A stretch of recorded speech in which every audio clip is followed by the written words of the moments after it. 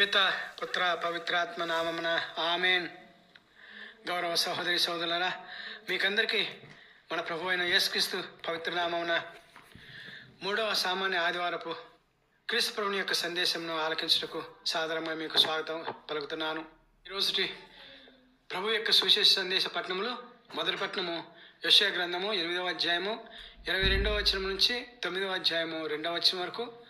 రెండవ పట్టణము పునీత పౌలు గారు కొరింథీయులకు రాసిన మొదటి పత్రిక 1వ అధ్యాయము 10వ వచనం నుంచి 13వ వచనం వరకు మరియు 17వ వచనము. మూడవ పట్టణము మత్తయి గారి సువార్త 4వ అధ్యాయము 12వ వచనం నుంచి 23వ వచనం వరకు. ఈ మూడు పట్టణముల యొక్క ముఖ్యాంశము మరణపు నీడలో నివసించు ప్రజలపై వెలుగు ఉదయించును. మత్తయి గారి సువార్త 4వ అధ్యాయము 16వ వచనము. ఈ యొక్క ముఖ్య అంశమును బట్టి గౌరవనీయులైన సహోదరి సహోదరులారా, ఈరోజు మన ప్రభువు పాపులమైన మనకు ఆశ్రగా ఉంటానని, పాపపు చీకట్లో ఉన్న మనకు వెలుగుగా ప్రసరిస్తానని తెలియజేస్తూ వారి బహిరంగ జీవితంలో మొట్టమొదట చెప్పినటువంటి సువిశేష సందేశము ఈరోజుటి సువిశేషము.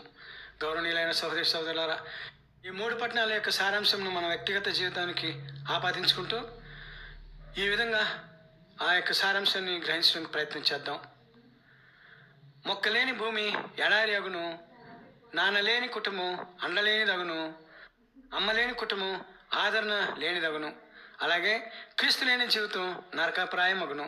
కావున సహోదర సహోదరి, క్రీస్తు ప్రభువును నమ్ము, అప్పుడు ఎడారైన నీ బ్రతుకు పచ్చనిదగును, అండలేని నీ బ్రతుకు నాన్నను మించిన అండ పొందును, ఆదరణ లేని జీవితం అమ్మ ఆదరణ కన్నా మిన్నగా అగుతుంది. క్రీస్తు ప్రభుని యొక్క ఆదరణతో, అలాగే ఆదరణ లేని బ్రతుకు అల్లరి పాలగును, అండలేని జీవితం అధోగతి పాలగును, అలాగే క్రీస్తు లేని జీవితం పాపాలమయమగును. కావున సహోదర సహోదరి, క్రీస్తు ప్రభువును నమ్ము, అప్పుడే ఎండిపోవు నీ జీవితం పచ్చనిదగును, అధోగతైన నీ జీవితం హద్దులోనికి వచ్చును, పాపాలమైన నీ బ్రతుకు పుణ్యాలమయమగును.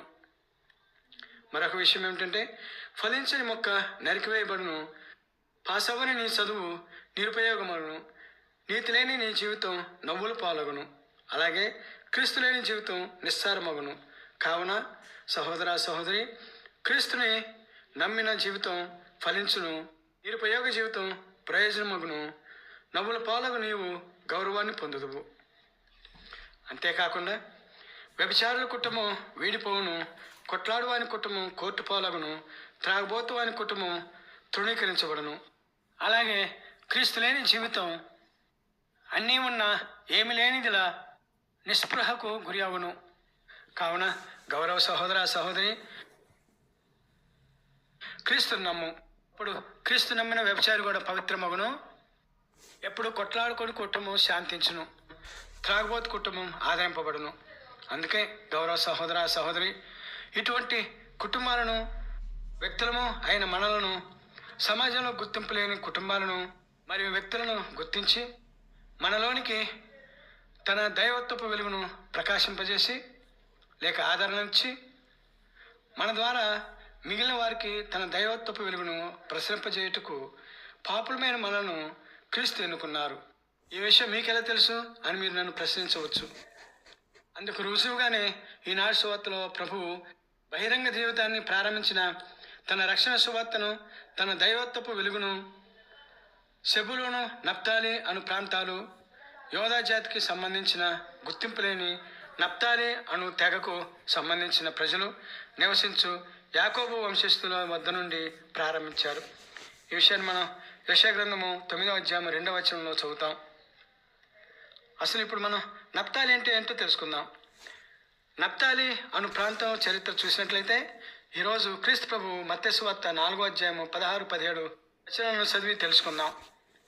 ఆ వచనంలో ఇలా ఉన్నది: జబులూను నప్తాయి ప్రాంతంలో గలిలే సరస్సు తీరము, యోర్దాను నదికి ఆవలి దిక్కున అన్యులు నివసించు గలిలే సమయందు అంధకారమున నివసించు ప్రజలు గొప్ప వెలుగును చూసిరి. మరణపు నీడలో నివసించు ప్రజలపై వెలుగు ఉదయించెను అను యెషయా ప్రవక్త వచనము నెరవేరినట్లు ఇది జరిగను. హృదయ పరివర్తనము చెందుడు, పరలోక రాజ్యము సమీపించున్నది. యేసు అప్పటి నుండి జనులకు బోధింప ప్రారంభించెను. ఈ గౌరవనీయులైన సహోదరి సోదరులారా, ఈ ప్రాంతం నుండి క్రీస్తు ప్రభువు సువార్త ప్రచారంను ప్రారంభించారు.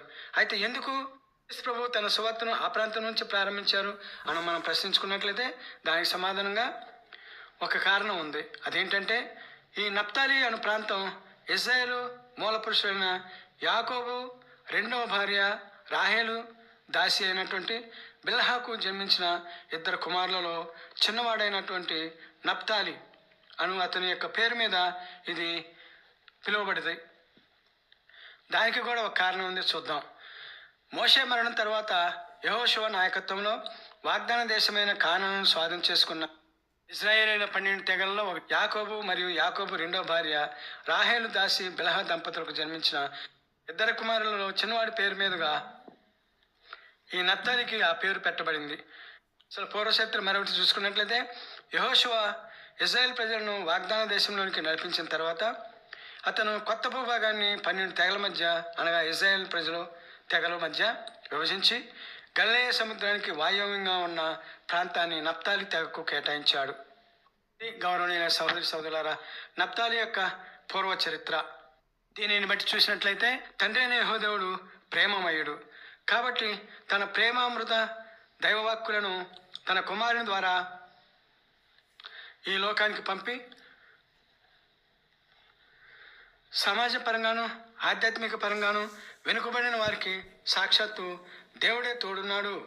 చీకటి కమ్మిన జీవితాలను నిత్య వెలుగుతో నింపుటకు సాక్షాత్తు పరలోకాన్ని భూకి దింపాడు తండ్రి అయిన యెహోదేవుడు. పరలోకం ఏదో కాదు గౌరవనీయులైన సహోదరి సహోదరులారా, ఈనాటి సువార్తకుడు క్రీస్తు ప్రభువే. ఈ విషయాన్ని మనం మత్తయి గారి సువార్త 4వ అధ్యాయం 17వ వచనంలో చదువుతాం.